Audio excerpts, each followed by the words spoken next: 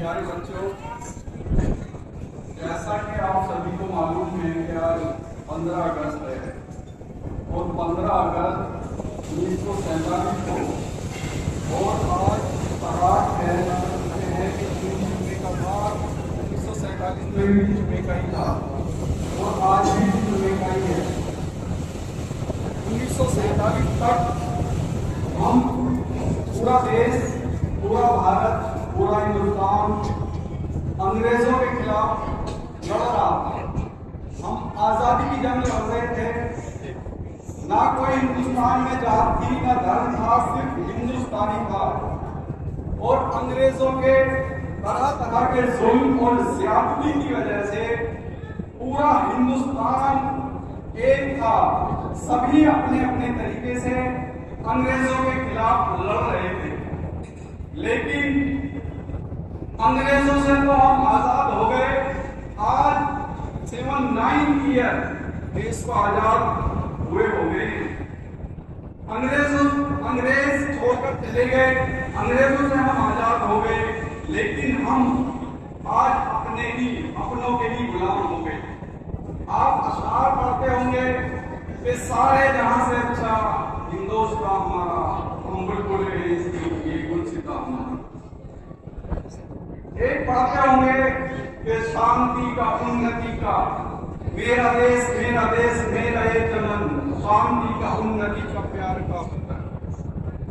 मेरे मोहतरम बुजुर्गों, दोस्तों, आज हमारा ये प्यार, ये सारे जहां से अच्छा, ये सारे जहां से अच्छा क्यों है?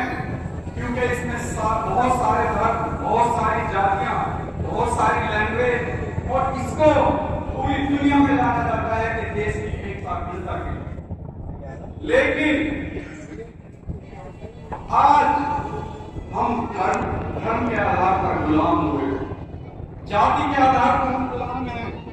हमें जाति और धर्म के आधार पर ठुकराया जाता है, लीचिंग करी जाती है।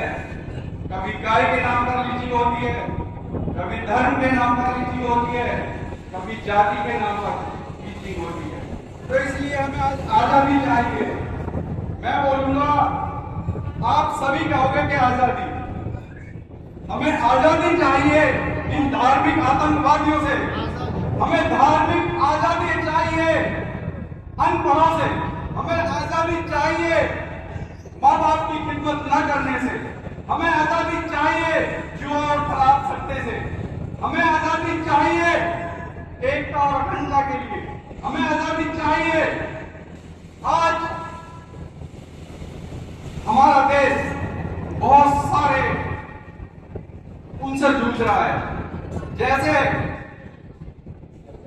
सरकार कहती है कि हमें आत्मनिर्भर बनना है। आत्मनिर्भर बनने के लिए हमें जो इजराइल के प्रोडक्ट में हमको ठुकराना होगा देश की आजादी के लिए और देश की मोहब्बत के लिए। हमें ये दिखाना होगा कि जितने भी विदेशी प्रोडक्ट हैं हम उनको ठुकराएंगे और अपने देश के प्रोडक्ट उनको इख्तियार करेंगे। क्योंकि जिस तरीके से इजराइल और उसके पापा ट्रंप, क्योंकि ये देश के असल, दुनिया के असल आतंकवादी हैं। पूरी दुनिया में आतंकवादी यही लोग होते हैं और पूरी दुनिया में फिर लोगों को लड़ाकर हथियार सप्लाई करते हैं। हिंदुस्तानियों को लड़ाते हैं जात और धर्म के आधार पर, हिंदू मुस्लिम के आधार पर। जिस तरीके से गौरव ने लड़ाया, वो मंदिर में कारतूस फेंकते थे गाय के गोश्त के, और मस्जिदों में सूअर के गोश्त के कारतूस फेंकते थे।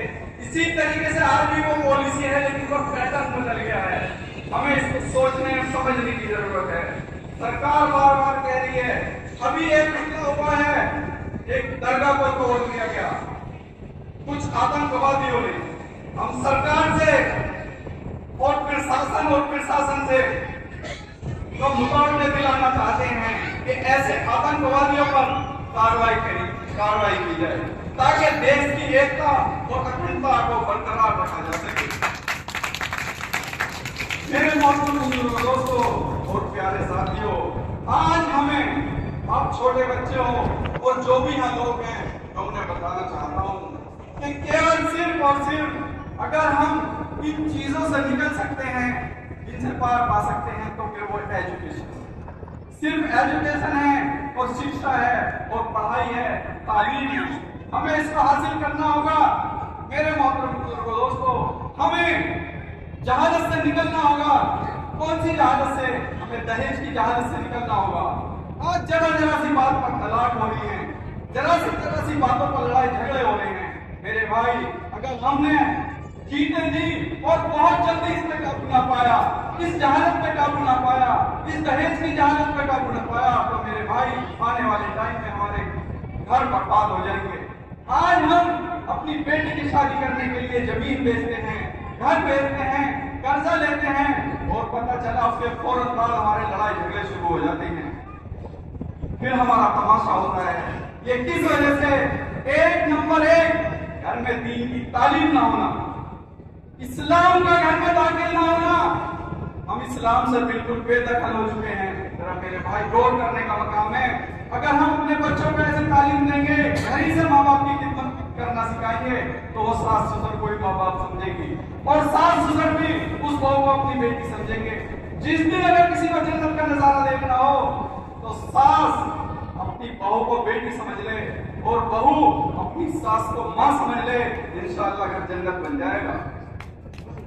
मेरे मोहतरम दोस्तों, हमें ये सिर्फ भाषाबाजी नहीं, इंशाअल्लाह आज हम सभी ये वादा करें कि इंशाअल्लाह हम दहेज के खिलाफ लड़ेंगे।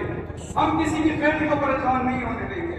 और मैं वादा करता हूँ, मैं आप सभी लोगों से वादा करता हूँ कि मेरे 2 बेटे हैं, इंशाअल्लाह उनका बिना दहेज की निकाह करके लाऊंगा।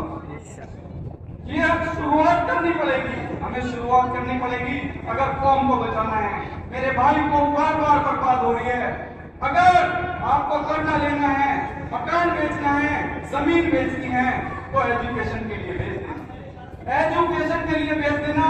अगर कितनी भी कुर्बानी देनी पड़े, चाहे आधी रोटी खानी पड़े, एक टाइम मुंह पर रहना पड़े, और एजुकेशन के लिए चाहे कहीं भी आना पड़े, मेरे भाई लगा देना।